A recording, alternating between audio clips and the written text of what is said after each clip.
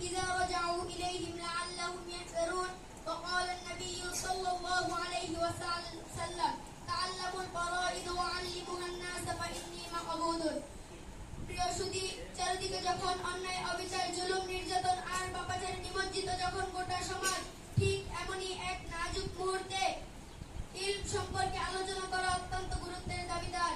তাই আসুন আলোচনা করা যাক।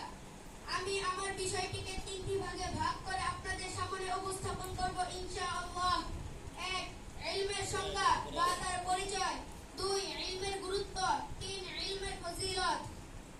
প্রথমে আসুন আলোচনা করব ইলমের সংজ্ঞা বা তার পরিচয় নিয়ে। ইলমের শাব্দিক অর্থ হচ্ছে জানা, আর পরিভাষায় বলা হয় ওই জ্ঞান যার মাধ্যমে তার অধিকারীর নিকট ইসলাম ধর্মের যাবতীয় বিষয়াবলী প্রকাশিত হয়ে ওঠে। প্রিয় সুধী, আসুন এবার ইলমের গুরুত্ব সম্পর্কে আলোচনা করা যাক।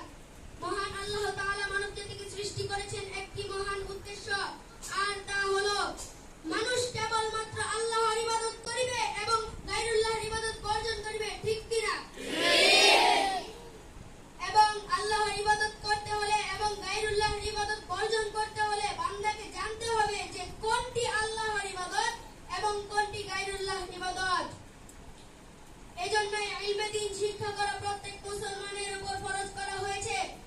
পবিত্র কোরআনে ইরশাদ হয়েছে যে ফালাম আন্নাহু লা ইলাহা ইল্লাহু।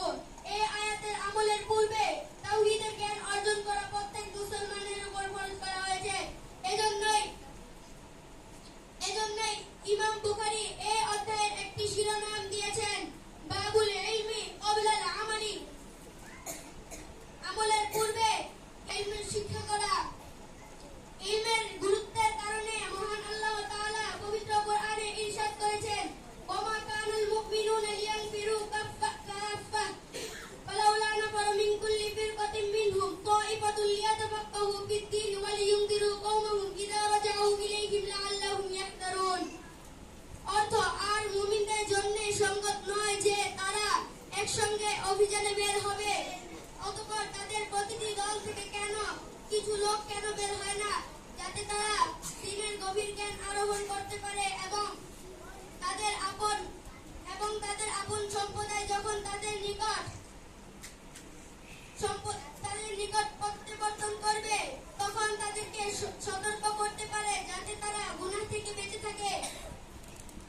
কুরআনের পাশাপাশি অসংখ্য হাদিস আছে। মহানবী